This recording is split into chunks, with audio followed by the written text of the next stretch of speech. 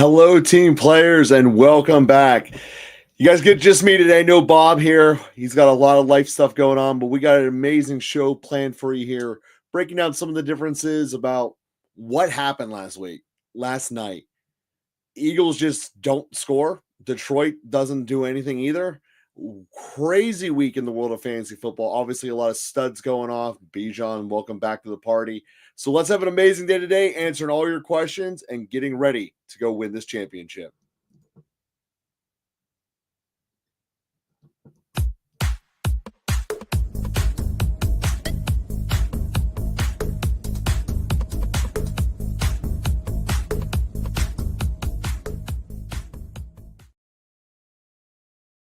So, guys, welcome as always here. This is going to be a fun day today here on Local Football Flavor. Again, a little bit different than how we normally do it here without Bob being in the house, but we're still going to make this an amazing show regardless, whether you're watching it on the standard or on the vertical version. We are here for you. Let's start off with some of the questions here out of the bat. By the way, loved you guys all sending them in already and before show starts here. So Ahmad's pointing out here that thanks to Monty and Goddard, we got to be stressing this. Yeah, that's kind of what I was starting with, is that Philadelphia and Detroit last night just felt like playing defense. And it does bring a further thought and fear with the lines that has to be presented. And that is the aggression of Dan Campbell is a beautiful thing when it works. But if Campbell starts stressing and it starts looking like, hey, maybe this isn't going to go our way and we're going for every fourth down, it can really put them back behind the curve. And that is one of the major things that is of concern for me watching the Lions moving forward. It's one of the reasons I give the edge to the Rams over Detroit in the NFC. And it's really a toss-up for me between the Rams and the Eagles when it's all said and done. So these first couple questions, we had some technical things. So if you guys sent your questions in before kickoff, I can't put them on the screen yet. I'm just kind of going through them as I'm able to read them out. Josh, you sent one here with a quick hitter of your PPR of your running backs. Saquon, Henderson, Marks, Montague, Bill, Corum, and you need to start 2 and flex 1. Should you be picking up Gainwell, Rodriguez, Tootin, Singletary, or Watson? Well, let me start with Watson first, because Watson's an interesting case. First off, Bob and I nailed it. Watson didn't get a whole lot of targets. He got 4 catches, but he still can put 4 catches into 2 touchdowns. That is insane that he has that capability. But, I mean, you're talking like Gale Sayers on just the receiver version of it. I just don't see how it's sustainable. And that's my problem. And I admit it, it's the style of receiver. It's why I'm not as big on JMO as I should be. But of that grouping that you mentioned here, Emmanuel, Gainwell, Rodriguez, Tootin, Singletary, Christian Watson is a realm of his own. His ceiling could blow out any of the other ones. So in that regards, I can't certainly fault you for wanting to go out and do that. And then the question goes, essentially, would you rather have Bill or Corum than Watson? And at this point, given the strength of the rest of your running backs, predominantly Henderson and Saquon, I think I'm okay with letting Bill walk, and I would keep Corum on the upside that can go forward. All right, guys, I'm just going to put this out here flat out today. I've been trying to tell this for Bob the whole time. Every time we talk kickers, we lose 10% of our audience. And I love, Nick, that you want to talk about kickers with Bob, but Bob ain't here, and I'm not talking Panero. So that's just a fact of life. But to your next question here, you got Genty, Bowers, and Pickens tonight to seal the W. Gotta love that, man. Gotta love that when you got a good, solid start here. Personally, I think that it's going to be interesting watching what the Raiders can do. Are they going to fast feed Bowers like there's no tomorrow? Is this a 2-man offense? If it is, it could work pretty well. It's kind of what we're seeing in Indy. So there's tools there in Raider world but it's also November for the Raiders. And I don't know, my entire life, that's when the Raiders start to check out, and they're already in the vacation destination of the world. So check out even faster. That's kind of my thought about the Raiders there overall. So your next question, Nick, is: are you worried about Warren losing snaps to Gainwell in yesterday's game? Wonder if it's actually due to the injury that he took. Yeah, I mean, it's 100% due to the injury. Tomlin has even said so after the fact that Gainwell outcarried Warren because of the injury. To me, the larger fear is, why is Gainwell getting as many snaps in the first place? But when you look at it and say, from the Pittsburgh perspective, they want to keep Warren fresh because they're afraid he's going to break. He's one of the smallest backs they've ever really had under the Tomlin administration. So that is why they're going Gainwell to the degree that they are. But it was mostly the injury that put him out there. And we'll see how much moving forward they put the rookie in. And another positive thing for the Steelers offense, for those that are willing to risk the insanity that it is that after Rodgers got hurt, they never punted again, and they never had a turnover. And that's not something that Rodgers had going for him. They scored the same amount of points in 2 drives in the second half as they did with Rodgers for the entire first half. So something to point out. Now we're up to the point where we have actual questions working on our system. We can put it up here. So is the Browns defense a solid play next week against the Raiders? Looking here on my short board, we have their defense as one of the top 4. So yeah, absolutely. Obviously, you want to keep track of tonight, but the one thing that the Browns can do very well is make you one-dimensional defensively. Now, Shador could blow this whole thing out and make you hate the fact you're starting any Brown. However, the Raiders' offense does not scare me nearly as much as Baltimore's, and they were a decent play against Baltimore. So, yeah, Nick, I would definitely say that looking there is a solid start to look at. Steve, does Bucky play? Oh, God, do I hope so. He was out practicing last week. I've invested in him like crazy, particularly for the playoff run. And there's a lot of my best balls that would love to have him step into the fold. All right, Ahmad. So you're up 22 in a PPR with Aubrey left, and your opponent has CD. Do you pull this out? Ooh, that's going to be tight. My gut says yes, but CD can only have 1 touchdown. So that's where I would lean with that one, and that's where I would go. Was this the worst week in fantasy history?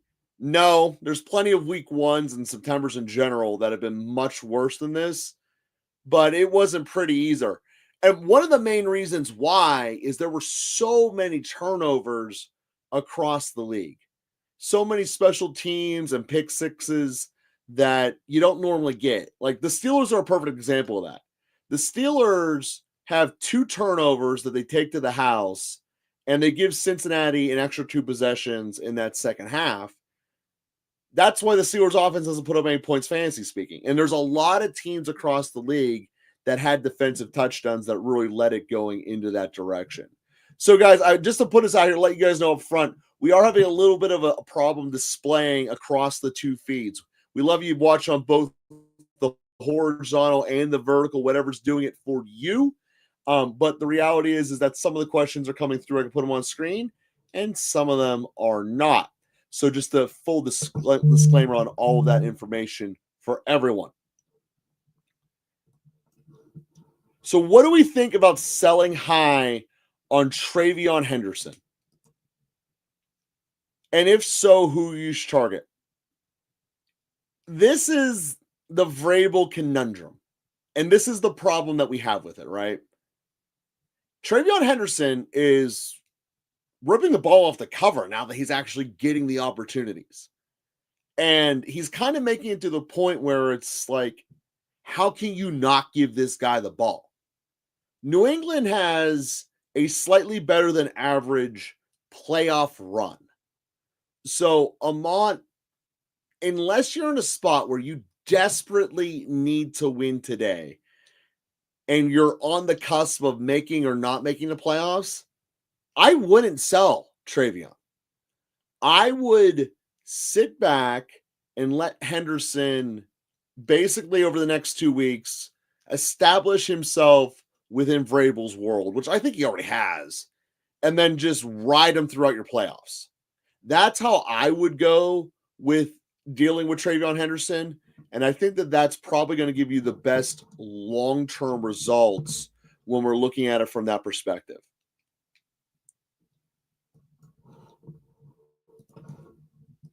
Welcome there. Jason, keep sending your questions out, guys. We're in a spot here where send all the questions this way. We are here to answer them. That's what we do here at Local Football Flavor, is answer all the questions. And one of the things that we always like to have the pulse on is, as well as all the best ball games we do, what the future is going to have and who is worth going to be investing in overhyped for the following year. One of the players, when we're already kind of putting a pin in to think about for next year, that's going to be underrated is going to be Marvin Harrison Jr. with the giant asterisks that Kyler Murray never plays another snap in the NFL. Because we see that with a competent quarterback, that position gets targeted like crazy. Harrison is a vastly better receiver than Wilson, and he would have done much more with it. So if we put a quality, competent quarterback in there, people will be stealing Marvin Harrison Jr. next year in the 3rd or 4th round, and he's probably got a 2nd-round value on him. Just throwing that out there for the takeaway there. All right, Amont, like I said, I had this week put away, and then McBride proceeded to score 30 against me, and Monty and Goddard combined for 8. Yeah, man, it's the problem with what I was just saying about essentially the Cardinals, is that Kyler Murray is not capable of carrying them or delivering them really anywhere. And you put someone in, even a probably 40th at best quarterback in the NFL, who can just feed garbage time, and McBride gets a touchdown, and pretty much they only threw to 2 people. They threw to Harrison's position and they threw to McBride. And you see all of these fantasy points that come up as a result of it. And last night's game, there was a concern I have for Monty more so than the greater Detroit Lions offense. I mentioned earlier that my concern for the Lions is throwing away too many possessions by going for it on 4th down and the sword that is that. But the bigger concern that I have is that Campbell got a little bit shiny object isms there, and Monty was not getting on the field very much at all. And someone who has a lot of stock in Monty, all of my paid leagues, he's on the roster. He's on a ton of my best ball exposure. I am now officially starting to worry about Monty. And that is a thing to consider moving forward. And since we're going to get questions all around, where do we look at to replace Monty if we go that direction? He's pretty much going to be a package deal to get into an upgraded player. And that's how I'm kind of thinking it here moving forward when we look at what are we going to do with the Monty conundrum moving forward. What do I think about Flowers or Jennings this week? So overall, Baltimore is, in my opinion, about to roll and take off. We saw that Henry started to lock in against a really good run defense that the Cleveland Browns have. Yeah, Lamar threw a couple picks, but the one kicked right off the guy's hands. So I'm not all that concerned about it. In fact, actually, because I think they're going to lean on Flowers more. When we look at total projected points for next week, Baltimore's in the top echelon of the league. The Niners are mid. And when we look at that, total points going around, Genti really is the 3rd option on his team. Flowers is pretty much the 2nd. I would have him ranked above Andrews. So I would lean more for Flowers over Jennings for next week. And that's regardless of whether it's a PPR setting or not. And then would we pick up Sean Tucker and Gainwell? Gainwell's they're both actually completely injury dependent. If Warren is out. Gainwell was a smash start. If Bucky does not play, I'm starting Tucker as well. So this moment in time, since you will in most leagues, you can't, your waiver wires won't open until tomorrow after the press conferences are done. I want to hear Bucky's and Warren's injury report before I make up my mind. If either of them are out, and Christian, they're both out, I'm leaning more Gainwell. However, if they are, especially because the quarterback's going to be out, if they are 1-1, you take whichever one the starter's hurt. And if they're both healthy, you don't take either one.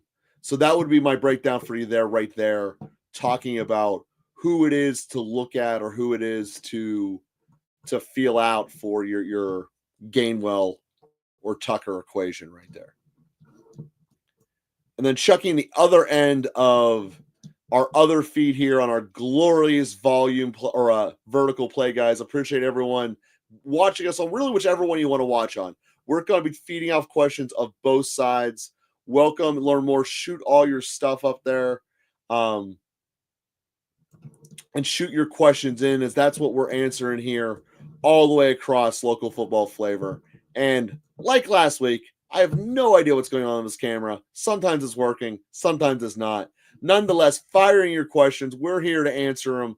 Quick hitters and deep dives, of course.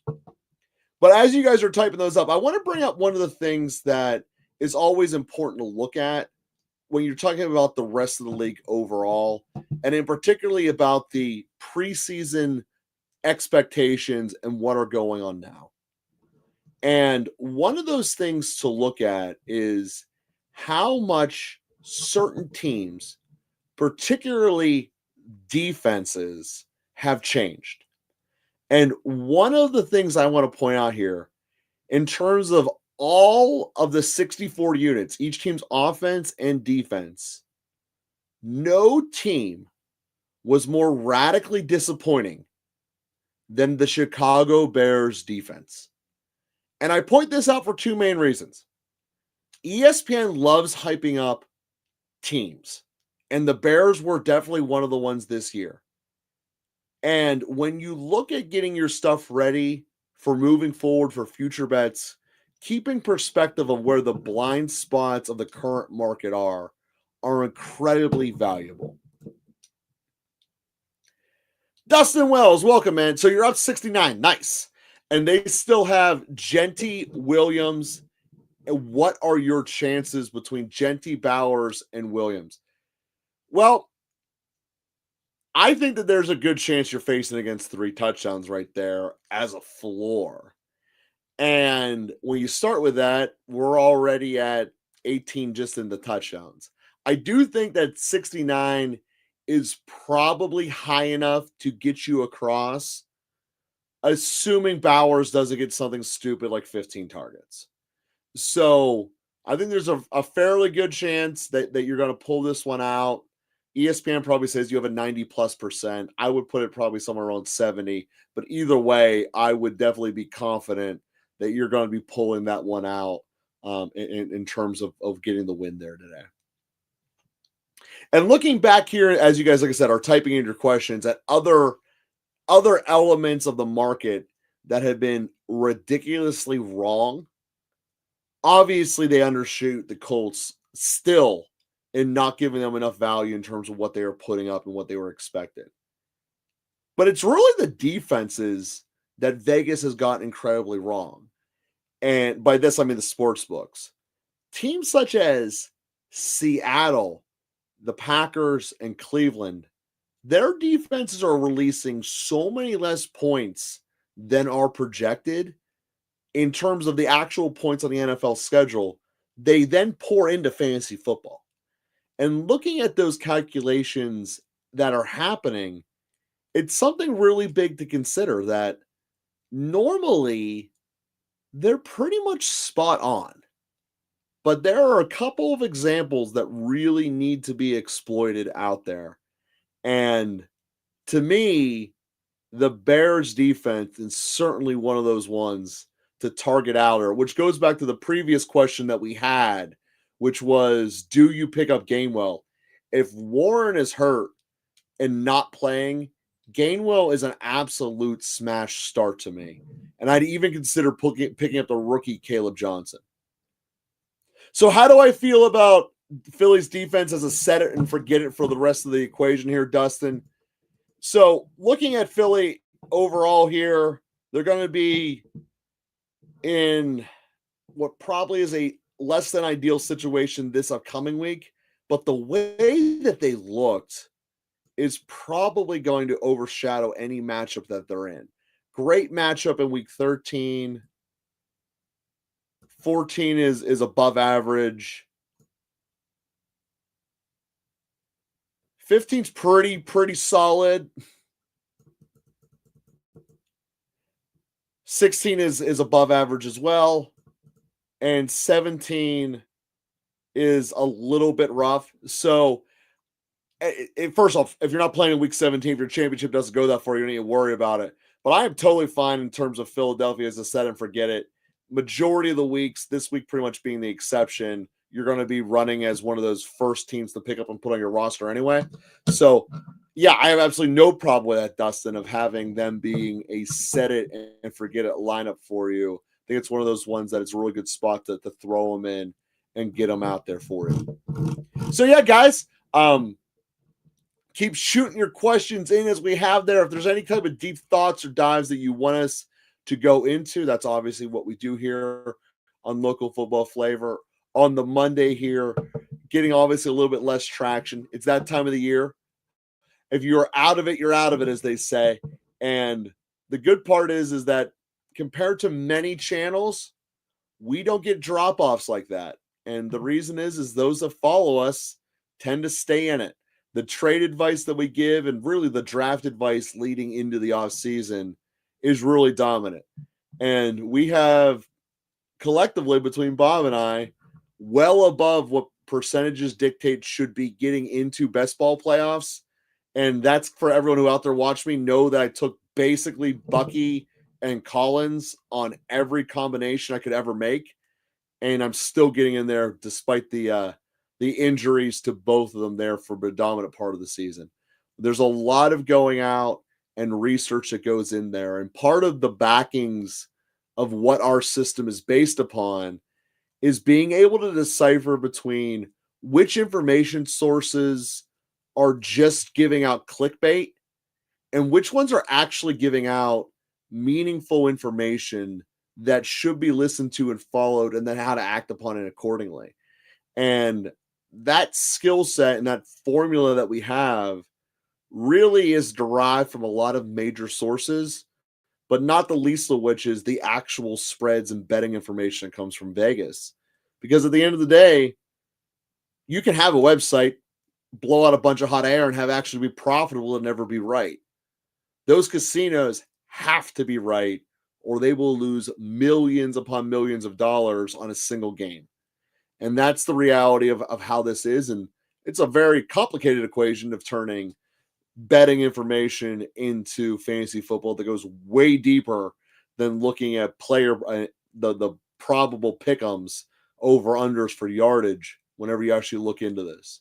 So guys, like I said, Bob and I are here. We're here to answer all your questions. Obviously you don't get Bob today, but that's what we do here at Local Football Flavor. And if you have any specific things, shoot them out here, because I don't normally get this kind of a lull here in the middle of the day without having to ask Bob some other questions. So to kind of dependent upon you guys in the moment, shoot your questions at me so we can give you dives. If not, I'm going to go just deeper into what happened over the weekend and, quite frankly, why it was dumb, because I think that's the only way to describe what we just saw. A bunch of defensive scores across the NFL. And to a certain extent, you can blame it on, hey, the entire Northeast was bathed in wind. Yeah, that part was true. But the other part is that this is kind of the part of the year where you get discovered. And there are a lot of organizations, the NFL teams, that don't really update their thought processes. And once you realize what they're doing, they can be exploited. And that's one of the things I think we're running into at this point of the year. What's up, Adrian? So what's going on with the receivers in San Diego? Are they even playable? So thankfully for me, I was scared of Ladd's questionable status entering the week, and I kept him on my bench. But overall, when you see that the Chargers just laid a complete and utter egg this week, and Jacksonville was able to destroy them in the way that they did, that was very, very concerning. Jacksonville, to me, is one of these teams that looks like a contender based upon their record, but is more of a pretender. And yeah, no, I miss saying San Diego Chargers. I'm not going to lie. And part of me just does it out of habit. They're still the Oakland Raiders, by the way. But nonetheless, when we're talking about the Chargers defense, or the Chargers offense, rather, there's a lot of reason to be concerned. Jacksonville is not a powerhouse by any stretch of the imagination. And to make the Chargers look absolutely inept was very much concerning. Now, you can give me the argument that they were on Sunday Night Football the night before, although they were at home, and now they're playing a West Coast game, West Coast going East Coast at 1 o'clock, and those teams in general underperform. But that was more than just the historical bump of underperforming of going from West Coast to East Coast. And that to me was the most disturbing part of this overall. I believe in Herbert, but there is a certain element that you still got to protect the man. And the Chargers just flat out ain't doing it. So to answer your question, what's going on? Herbert's under duress, and they're in an offensive system that is being figured out, like many of the ones across the NFL right now. And teams that are forced to do changes, this is a rare benefit for the Steelers, are going to have an advantage here. Steelers are obviously changing quarterbacks. It might be an advantage for the Browns under the exact same logic. They have to run the offense different. Now there's no tape on it. But the Chargers have kind of shown what they are without their tackles.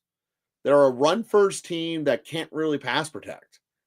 And Jacksonville's not an elite pass rushing team. So I really would lean on Ladd as probably the only Charger I want moving forward. Because even though he's doing so much more than slot work this year, last year he was a slot machine. It was amazing. Now Allen kind of has that role. I think they put him back into there just for no other reason to save Herbert's and to save the rest of the franchise. So if I'm investing in any of the Charger receivers, it's going to be Ladd. And the rest of them, I'm distancing to myself with. But QJ is kind of warming a spot in my heart. And one of the things that I mentioned earlier in the show are players that are going to be drafted way worse than their actual value will be. I'm fairly certain that QJ is going to fall into that list. QJ, in my opinion, is going to be going 8th round and beyond, and he's going to give you a lot more value than that. Welcome back, Quincy. 11-0. Love it. Started Otten. Would you pick up Juwan Johnson for him? So, yeah, if you're not going to score in a shootout against Buffalo, there's really not a reason to have him hanging around. And Juwan Johnson, is putting up points. Now, Quincy, to be totally blunt with here, we're kind of debating about, is the sky black or is the sky really, really dark purple? I don't think you're going to get a world of a difference, but I certainly would be more comfortable at this point doing the ceiling play of Johnson because their floors really are not all that much dissimilar between Tampa. Again, wanting to I think Tampa is still a very good team. And I still think that they're going to make a run for it. They're certainly going to win that division.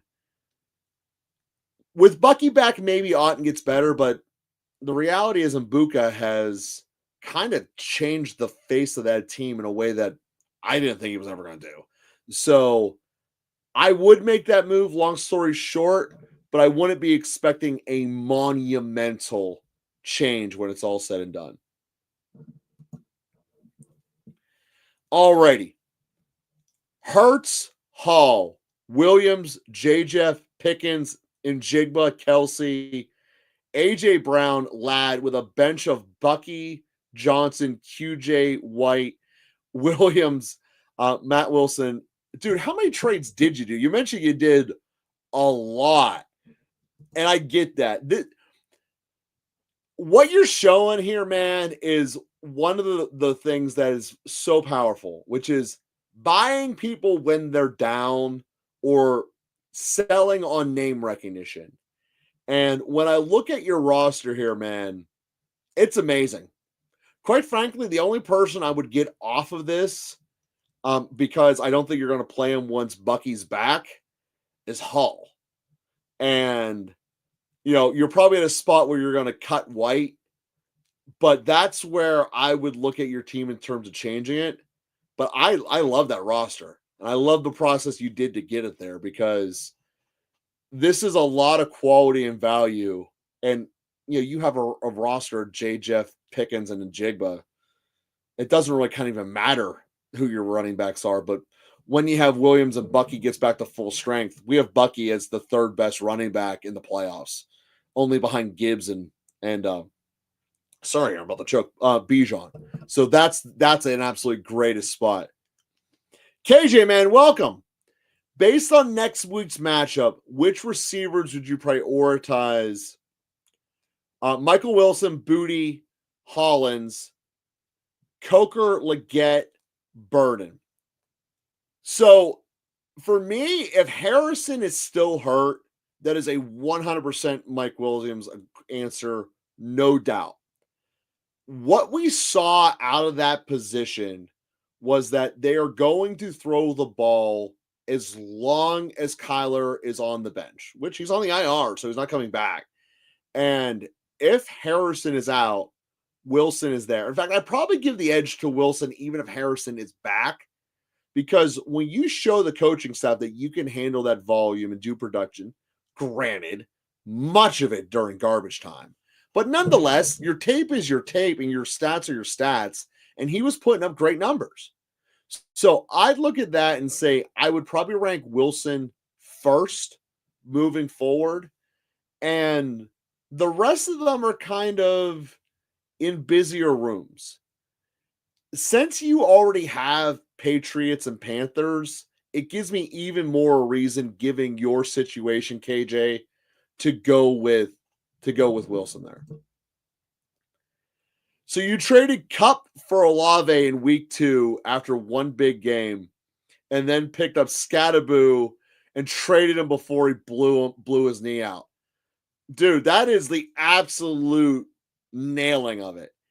And that's also recognizing your roster up front and how these teams are built. Everyone knew coming into the season that wasn't looking at name reputation that Cup wasn't going to be able to have a lot of gas in the tank. And Seattle just used it all up off of the line, and being able to sell them and trade it there is amazing. It's actually kind of the opposite of what Kansas City did with Kelsey. Kelsey's still got some left.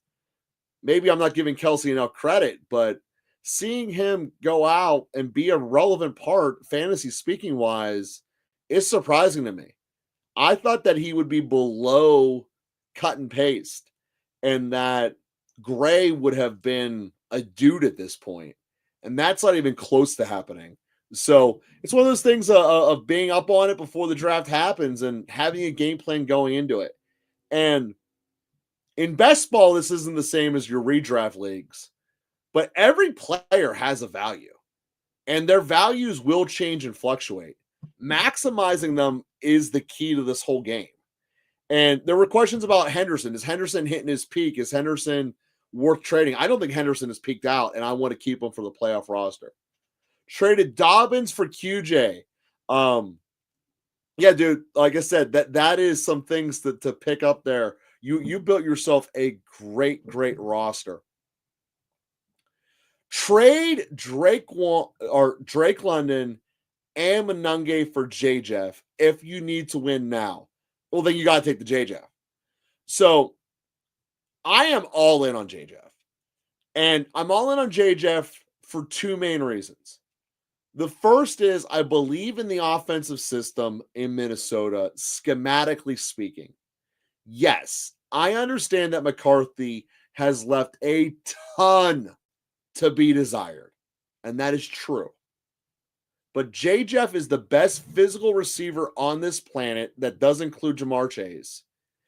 And I want him out there as much as humanly possible. They're going to force feed him the ball, and J. Jeff is there. London at one point had 73 of the 75 total passing yards Atlanta had. I don't believe London can carry the load by himself. And J. Jeff could, but doesn't have to. So because of that, all in, I would take the J. Jeff side of that trade. You traded Woody Marks and Downs for A.J. Brown. Adrian, that's really kind of the only one on your roster there that I'm not sure about the long-term elements of. A.J. Brown had something like 7 to 9 targets in the first half. Basically did nothing with them. Was dogging it on one of his deep bombs down the sideline. A.J. Brown is no longer the number one in Philadelphia. And when it comes time to getting into the playoffs and them wanting to score points, again, whether that game is in LA or the Rams are going to them in the playoffs, I don't think that A.J. Brown will still be in this mode of fighting to get the ball. I think that problem will be well since resolved, and it basically will be with the notion it says, A.J., it was fun, bro, but you're lost your brotherly love. And I think that that's what's ultimately going to shake out there. So if your trade deadline hasn't happened, I would sell all those targets and sell A.J. Brown. That's my entire recommendation for A.J. Brown moving forward here. Oh, man, that's another thing that happens. Bob would be losing his mind hearing that you guys are making rules that you're not allowed to trade with someone. Because the simple fact is that most people in general aren't good at trading. It's a natural thing that you see in negotiations of the bias of what you own. You think it's worth more than what it is. And then there's also the bias of, I just don't want to look bad after the fact. And if you get the reputation of, I'm someone who just makes everyone look bad and trade destroys them, it really can become hard to overcome that kind of mental stigma. So, Adrian, I look out for you there. I wish it didn't happen to you. But throw out A.J. Brown and Rice and then go get one last major trade to take advantage of someone. Or Christian White. You had White on your team. If I can't get J. Jeff for London, who would I target? So perception-wise speaking, people probably have London higher than Devontae Adams. That's a spot you could do and maybe get even an extra piece back. Or if you're looking at getting rid of Monangai, you can do a balance 2 for 2. I personally think that London is not going to outproduce Devontae the rest of the year, but perception-wise isn't going to have that be the case, especially after his percentage of offense numbers are coming out, meaning Drake London's percentage of offense. So I would push that type of direction. Other guys you could look at, Pickens is certainly a decent quality guy to look at, although it would help you tonight if he gets more of PI numbers like he is prone to do than actually catching the ball numbers. That's a risk you have with George Pickens through and through. You're not going to really want to do a volume play at this point because you're looking for a super stud. You're not going to be able to, you might be able to get Chase. I mean, at the end of the day, the guy only got 30 yards yesterday in a game where he played him the first time. He got 22 catches or something like that. Chase might be a possibility to target. But again, you're talking about a lot of people who have emotional love there. You guys will never hear me say anything bad about Nico Collins, but he looks back healthy and like he's going to dominate. I doubt you'd be able to pull out Collins for London and Monangai, but those are the types of guys that I'd want to look at. And again, if you're doing Devontae, you should be getting a second piece back with him. But that's where I'd be looking at for moving this guys through. So yeah, guys, love to see that we're getting questions from both formats here, both the vertical one and the horizontal one. Glad that you guys are using both of them, finding the one that best suits what you guys are trying to go out and accomplish. And one of the things that was interesting to me with yesterday's games was teams that really I thought were going to do better, just not showing up at all. And there are two offenses I really want to cite in this equation. The first is the Ravens, and the second is the Texans. Now, I know Baltimore always has a hard time in Cleveland. That's a given. But those interceptions and those turnovers that the Ravens have, we're at a cross section when we're looking at the Ravens offense. Do we believe that this is just who they are? Or are they going to return to the normal and start putting 35 up on people again? I personally lean towards the 35, but that's the that's how I would look at it. What is one player you wasted in a draft? Where am I at now? So one of the guys that I was really big on, and it's a late round guy, so you got to take that for what it was, that I was getting in the 10th round in June and probably in the 7th round in August, but I wouldn't let it go, was Cedric Tillman. So many reasons for being on Cedric Tillman. First was the Browns were going to be losing all the time. They're going to be chucking it, and that part's pretty much true. Cedric Tillman, I loved his bio. I loved all of his tape at Tennessee. He was poised for that sophomore explosion. And then the injury just boomed him out. But, I mean, there's a couple guys I was really in on that got injured early that I still think are the right play, and they will be fantastic playoff options, Bucky and Collins being the two case examples. So many of my drafts had both of them on the roster. So that would be players that I would be looking at now. In terms of my best balls, I'm above 25% of my entries making their playoffs, which is 7% above the projected number.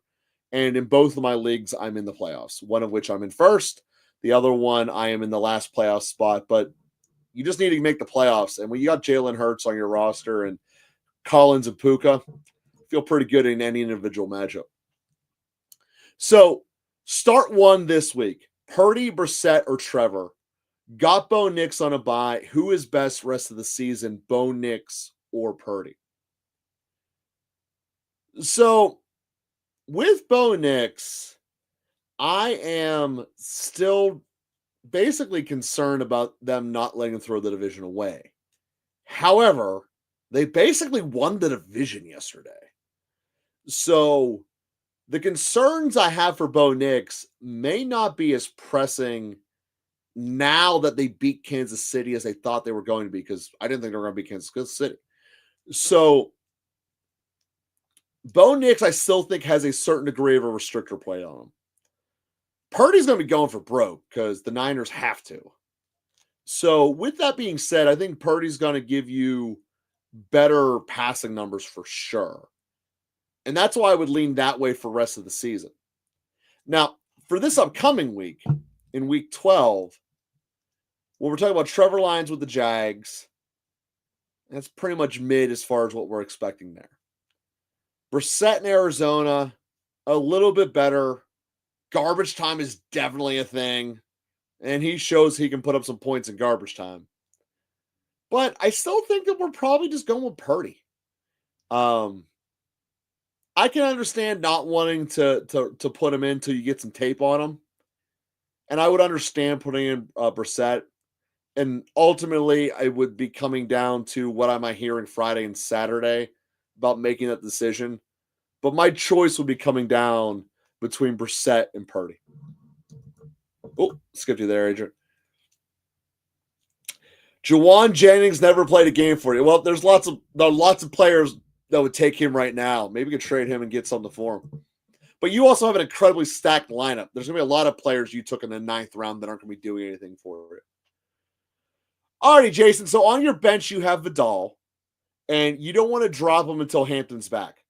Totally legit. Monangai has a role, which is true. White until Bucky comes back. Pollard.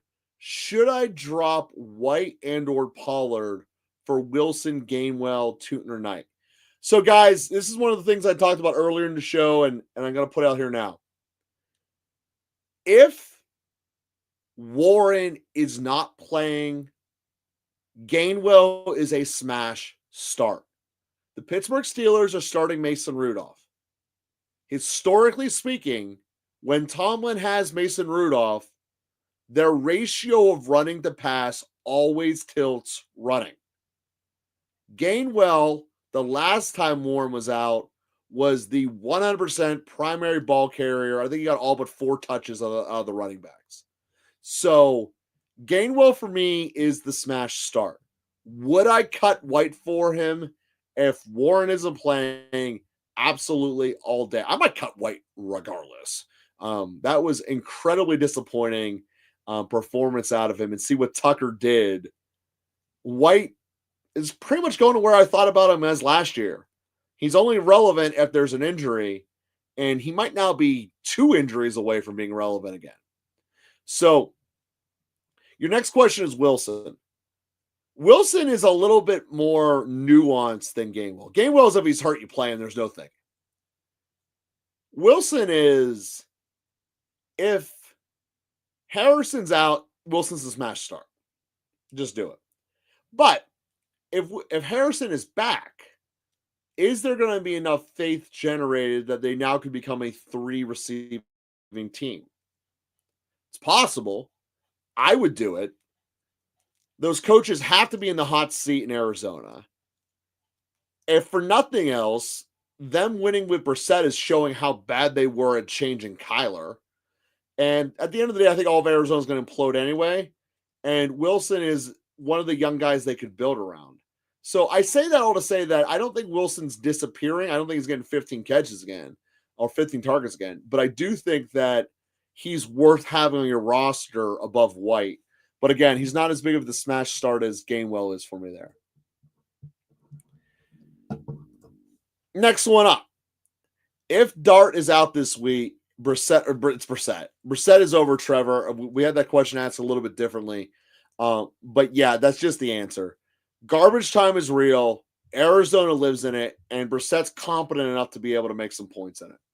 And I'm pretty sure that incompetent Arizona defense has now quit.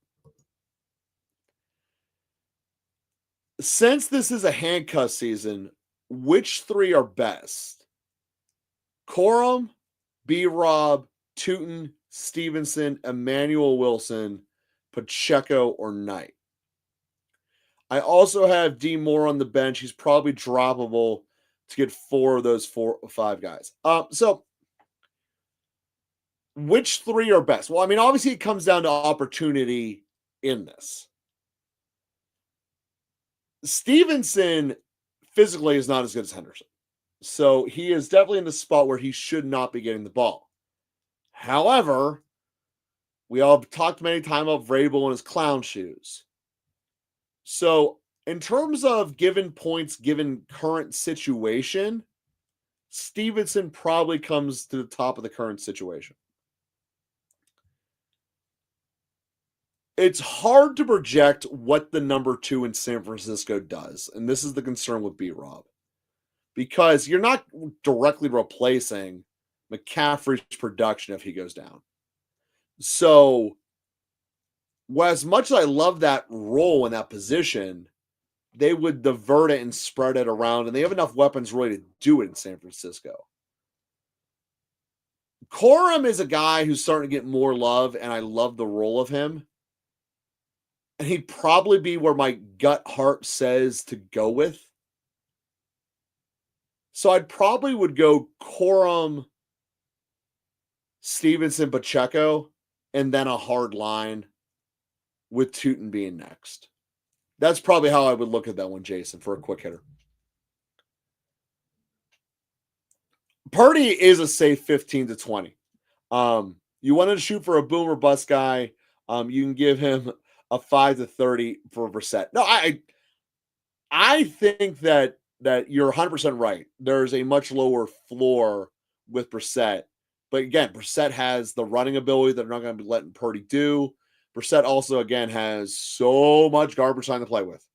And garbage time is real. Garbage time is real. Steve, oh, yes. I got to tell you, I was there. I was there when it went down. And it is really hard to punch someone's helmet off. But Jalen did it. So there had to be a reason that evoked him. I'm glad to see that that's there. And if Chase is out, Burrow definitely will not be playing this week. We were asked before about trading for talented guys. If you are the Jamar Chase owner, or the Jamar Chase owner in your league has to win to make the playoffs, go get Chase and go get him now. Give him a decent package. Drake London might be enough if you're in win now mode. Assuming you yourself also are not in win now mode. That is something that I would go out and do for there. So Tet and Diggs for Rico Dowdle. Blood, you have to need a running back to even consider this. So I am going to be on the record many, many times of not loving Tet's game. And I don't. I love even less Bryce Young's game, who's throwing him the ball. That being said, he has become his best friend and his get out of jail card. And Diggs is showing he's still got some left in the tank. The only way I'm doing this trade where I'm taking Rico Dowdle for Tet and Diggs is if I'm in desperate need of a running back. And what I would probably do before making this trade is just go get Gainwell right now with the hopes that Warren is out. That's probably how I would approach this and not make that trade. And you're talking to someone who is on the record and aggressively does not want Tet anywhere near his roster. I just don't think Rico is that much of a buy there. But man, Steve, that's a pull there on Chase, getting that big old suspension. Man, that is, if the Bengals weren't already done, they are definitely out of it now. And that's one of the things to keep in mind. I mean, you look at the division record. They just lost to the Steelers, so they have a split record against them, but they're 3 games behind them. So that's going to be an issue. They still have, and this is one of the things to look at, guys, whenever you're looking at it, for projections moving forward. One of the best indicators is your net points. Their net points is putting them at a spot where their projected remaining winning percentage, I'll pull it up specifically here for it's one of the things I keep track of, is that they're projected to have a grand total remaining of 3-8 across the rest of their schedule. They're not making the playoffs. And the reason I bring that up and coming about the love of garbage time isn't because, hey, they're not going to use garbage time. So they're not going to bring Burrow back.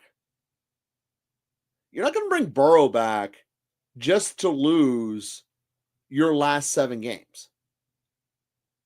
And the rest of the team has phoned it in. I think that Burrow just puts himself on the shelf and calls it a day. And for the record, the only team that has a worse points differential than your Cincinnati Bengals is the Tennessee Titans. Something to consider. Something to consider. With Tyrod starting, does that make Breece better or worse? Let me ask this in a way that is not meant to be shitty, but I'm sure is. Could the Jets get any worse than they were? I mean, no. And because of that, and because there is nowhere to go but up, Breece has to get better with Tyrod Taylor. There will be some form of a completion that happens. Like, how bad are you when the other team is scoring more points than you have completions. Like, that should never happen. And it is daily life with Justin Fields. I'm in a spot now where I'm wondering if Justin Fields converts himself to a receiver or something. Because just like Kyler Murray, he's never going under center again. Difference is Kyler Murray shouldn't be in the NFL anymore. I'm cooked in 1 week with Chase suspended. London's out. Sutton and Terry are on buys.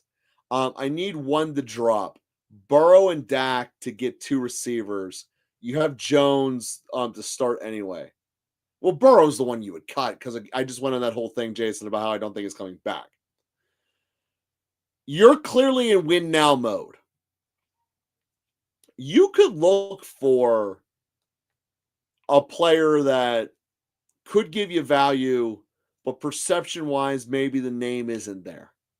And we're not really having a whole ton of them left. Like, you're not going to go get Lamb. You're not going to get Collins. That would never get passed unless you're willing to throw in Sutton or Terry as I'll give you Chase and Sutton for CD Lamb. Maybe that happens, but if you get CD, you certainly should not cut Dak. But the reality of probably what you need to do here is look at someone like Devontae Smith. You know, package him with a Sutton and maybe one of those quarterbacks so you don't got to cut him. You get something for him. That would be a way to look at it. Maybe the guy who has one of the Cowboy receivers, you do Sutton and Dak to get a piece. That would be kind of the direction that I would be looking at because there is name value in both Burrow and Dak. Trading them might be worth it. All right, Jay, start 2 this week. Godwin, Shepard, Mooney. London is out with that broken collarbone. Any of the Panthers receivers, any of the Titans receivers, any of the Browns receivers. I'm going to go in reverse order. So if we're looking at the Browns receivers, I still do love Cedric Tillman. And I would look into him. Godwin is certainly in the best situation, assuming that he plays. So, and Mooney supposedly is hurt as well. So I need to get injury data on the Atlanta ones to get this thing clear. But Tillman's a guy I would look for. Titans are such a hard conundrum. I personally own DK, but it's nothing that's there. I mean, realistically, you're probably looking at Godwin, Tet, and Tillman, maybe DK, and then maybe Mooney based upon the injury. That's about where I'm looking. Jets Mitchell with Tyrod starting. I got to see a week of it. I got to see a week of it. The Jets are so prone to quitting. And there's probably pressure from within to consider the option. This goes back to a fundamental thing. Don't invest in Jets, guys. Just don't do it. So that's where I would be at. That's where I'd be looking there. I need help. Trade up for Drake London and getting Lamar Jackson. Sent it weeks ago, and he finally accepted it because London got hurt. I don't think that you should be allowed to do that. I would petition that trade should be voided because it has categorically changed before and after. I would take that one to the commish because it's categorically changed from when it was submitted to when it was accepted. And that's why trade should only be allowed to be standing for a day or two anyway. So that's how I would deal with that one, RG. But that's there. Kyler Murray moving to the you mean the actual MLB, like baseball. I thought you meant that as middle linebacker. Kyler Murray has never spent an ounce of his life watching tape. The only person who has watched less tape than Johnny Manziel is Kyler Murray. And that's only because Johnny Manziel would watch Johnny Manziel highlights. Kyler Murray, I guarantee you he cannot hit a slider. I guarantee you that he cannot do that anymore. And who's going to take him? He'd have to take way less money than he does now. And everyone knows he has no work ethic. Why would anyone pay him money is beyond me at this point. Yeah, RQ, I would definitely request the cancel because the trade is categorically different. I would not want to I would do some form of a rework around it. You can send the question in the Bob about the etiquette and technique of how to go about doing that.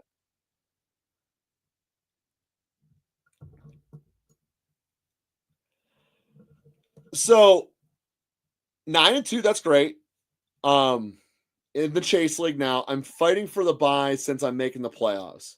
So I'm playing the long game. I'm hoping London gets back and then Hampton comes back and Terry comes back. Yeah, I mean, at the end of the day, Jason, if you are already in the playoffs, I would just eat Chase. There's no need to trade him. He's going to come back from suspension and be an absolute crazy person because he'll have had 2 down weeks in a row. That's how I would look at it. So I would just ride Chase, and if you eat a loss, you eat a loss. Yeah, RG, I'm back with what Adrian said. First off, trades shouldn't be eligible for more than 2 days.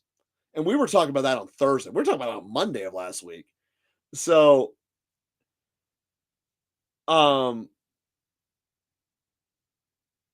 I would push it through that, it's an unfair advantage. That's the fundamental fact. Trades actually, in my opinion, should be canceled, just like you can't start a player who's already started a game. That trade involving that player should get cut as soon as the game gets started. That's my personal opinion on it. If he goes back to baseball, he can play in Boston. Yeah, a guy who can't handle any form of criticism at all is going to become a Boston Red Sox. Yeah, that's going to work out really, really well.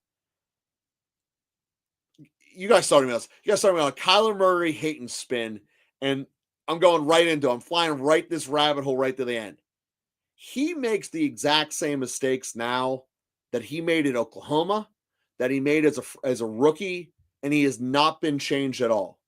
And the only thing that has made the Carolina or the Arizona Cardinals slightly palatable was when they had a smart enough coach to limit his mistakes. And that's why long run, I actually think that Washington will be all right. It's a very good offensive coordinator there in Cliff Kingsbury. Granted, it's a college system, but I think that it will do well in Washington, and I don't think there's any hope ever for Kyler Murray. Oh, my bad. Of course he's playing Black Ops right now. Yes. He's playing Black Ops right now as we speak. There is no doubt he's doing that. And he will probably do that until his last day on Earth, because God knows they're not going to stop making that game. He'll be on Black Ops 28 before this thing is all said and done. The only question is does he run out of money first? But that's a question I have no intel at. Hopefully he's got a good agent in that department. Could be as good as Bobby Bonillas, though. So with that being said, guys, we're kind of running out of questions here, and we're hitting the 5 o'clock hour. Yes, RG, that is my answer. You should categorically cancel any trade that was there, because accepting it once you see it gets hurt is, I mean, it's flat out cheating. To leave a trade sitting out there that long and give no communication until you see the injury, that is, I mean, that's playing dirty. I mean, there's just no other way around that. I would push for the trade cancellation. And as someone in the league, I would definitely vote to veto it. 100%. 100%. Well, guys, it was an awesome show seeing you out here. Oh, you're still sending questions. I love it. I love it. I'll send 3 teams reviews since this is the last day for the trade deadline. Yeah, send them out to me, Jason. Yeah, let's do it. Team reviews, go out, make some stuff happen. Make this world go round with trades.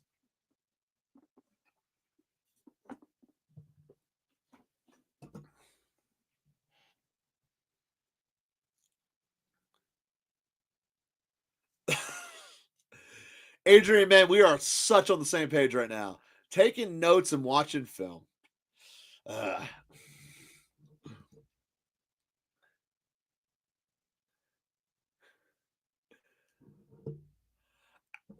You know, Adrian, it's actually a principle of the thing. I don't even care what the records are.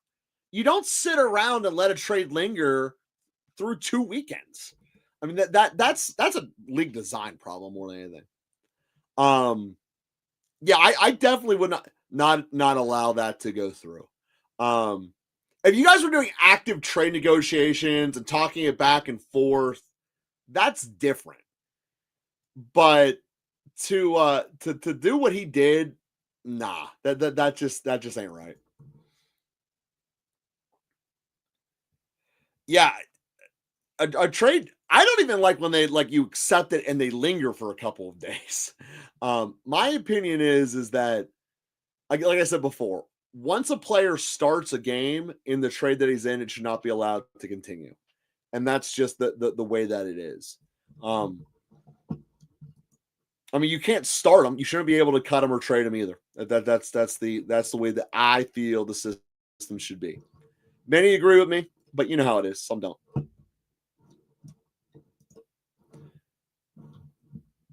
All right. Welcome, Jesse. Welcome to the party, guys. You guys know the drill. Send your trade information, your team builds in before your trade deadlines. I also want to throw this out here as just a general question for you guys. How many of you feel the trade deadline should be the start of the playoffs? Because that's where I personally lean. And some people are totally on board with that, and some people aren't. Just want to know that it's kind of like a poll question. How do you guys feel about that? Getting it canceled is absolutely what you need to do, RG. Absolutely what you need to do. All right, first roster breakdown. Nixon Purdy, Hampton Rico, Puka, love that. Collins, Tet, Warren, your flex is Wandale with Kamara, Shakira, Ricky Pearsall. 7-4. You just need to get one win out of the next 3 weeks. All right, so I like the fact you're going to be in the playoffs. And I really wanted to poke around with this roster. 7-4. I'm assuming you're in a 14-man league, because while this roster has some dudes on it, especially at receiver, I don't want to be banking on Rico in the playoffs. I don't want to be banking on one day on Kamara in my starting lineups either. So I'm probably looking at using Shakira and one of those 3 players, Rico, Waddle, or Kamara, to do a 2-for-1 upgrade. That's where I'll be looking at changing this roster for you here. And that's how I would want to do that. You don't need to obviously do a lot of crazy changes. You also don't need to have 2 quarterbacks at this point either. I consider doing the same thing with Shakir, doing it with Nix as the other one. And if you can upgrade your RB2 and or your flexes, I think that'll give you a much stronger spot. You have assets to do it. And then I'd keep Ricky Pearsall as my, debate for game day, having to figure it out. That's how I would do with that roster for you there. Picked up Purdy and was thinking about starting him over Josh Allen's next week with the Texans matchup. Am I getting too cute? RCC, the guy just scored 6 touchdowns. The guy scored 6 touchdowns, and he's in a dead sprint to try to catch up to win this division. I am playing Josh Allen nonstop. He is my dude, and I am going to be riding with him. So I do think you're going way too cute on that. I get that the Texans defense is for real. Not fighting that at all. But Josh Allen's in a different league, and I would go with Allen.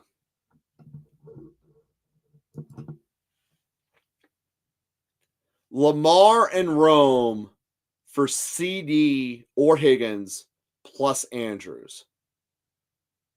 I mean, I do, yes. Obviously, I'd prefer to have CD. Um, but I would probably do that one, RG. Um, again, I think Lamar's going to go off. I think he's going to be fantastic in the playoffs. But if you're in win now mode, Lamar's inconsistencies essentially is trading the name right now. I mean, we saw Mark Andrews steal the rushing touchdown that Lamar could have had. Granted, it was a tush push play, but you get the core concept. So I am totally okay with getting CD and Andrews for Lamar and Rome Odunze. I would do that. With Laporta out, it's all the more need to do that trade. Yeah, I would definitely do that because you're looking at two starters hitting your team. Next one, Jason. Dart, Cook, Genty, Brown, Ladd, Waddle, and then Dallas, Rico, Warren, Pittman. Dude, this is a much better team. You're 6-5, and you need to go 2-1 to make the playoffs. It's amazing. You got a worse roster with a team that I like more. So Warren's obviously going to be hitting it there, and Pittman's going to be in your flex. I would look, especially if he goes off tonight, selling Genty at his last peak. And that's where I don't want Genty on my playoff roster. So that's what I would do. I would go Genty to go to get another running back.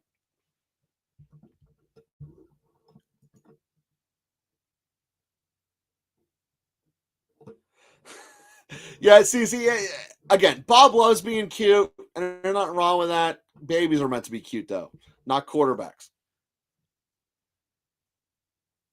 So you're riding with Drake. Again, there's nothing wrong with that. But still, the trade that you were doing of giving up Lamar for nothing now is still not acceptable because that the way that dude played it. And I can understand that argument for riding Drake over Lamar and still wanting to trade Lamar. But I just look at that there. So, CC, this is an interesting question. Harvey or Woody for the rest of the year? So, I'm on Harvey. With Dobbins being out and Harvey already being selected to be the future, I am on Harvey, just gets his wings and flies. And that's how I would go with that there. Again, Woody has potential, but the offense just flat out doesn't score enough. And there are times when Denver just doesn't let Knicks throw it. So I would go with Harvey. Team number 3, Daniel Jones, Barkley, Kyron, Chase, London, Collins. Love that. Kittle, Javonte, Sutton, Hampton's on the bench, along with Tracy and Scary Terry. You're 9-2. You just need one more win for the bye. So I get what you're saying about with the Chase and London thing.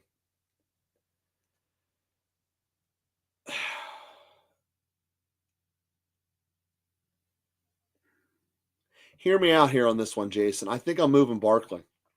I feel like I've given this take on this before, but I think I'm moving Barkley and Sutton to go get a flex with the expectation that you're playing Tracy until Hampton comes back. But you're going to be getting an absolute stud of a player, hopefully a receiver, to go in for London. So it might be a tough putt, but you might be able to talk to someone into a Mon. You might be able to talk into someone, a struggling J. Jeff. That's the direction I would look with there. And if someone's more interested in having Scary Terry instead of Sutton, I'm okay with that too. But that's the direction I would look with that one, Jason. A.J. Brown's schedule is lovely, but can we trust him in offense for him to get catchable targets? Well, can we trust him to keep running on his go routes instead of quitting? A.J. Brown is a person I'm 100% trying to get off of any roster I have. I've already said for a couple of weeks now, Devontae Smith has jumped him talent-wise on a depth chart. And given his inability to produce with the targets he had, particularly in the first half yesterday, I don't think he's going to get any love whatsoever come the playoffs. I think it's going to be a very bitter divorce when it all goes down. and I don't want to be stuck holding the bag that is A.J. Brown. So it's a lovely schedule. I'd rather have Devontae of it all day, every day. Maybe even Goddard, because I see A.J. Brown significantly writing himself out of Philadelphia, both online and on the field. So A.J. Brown is not a guy they're going to be investing in, not one I'd want to invest in either. So, guys, thank you all for being here. We just crossed the 5 o'clock hour. Not as long as the Thursday one, but you guys get how it goes. It was an awesome day. We will have Bob back with us on Thursday, and we will go from there. You guys have a great week, and we'll see you then. As always,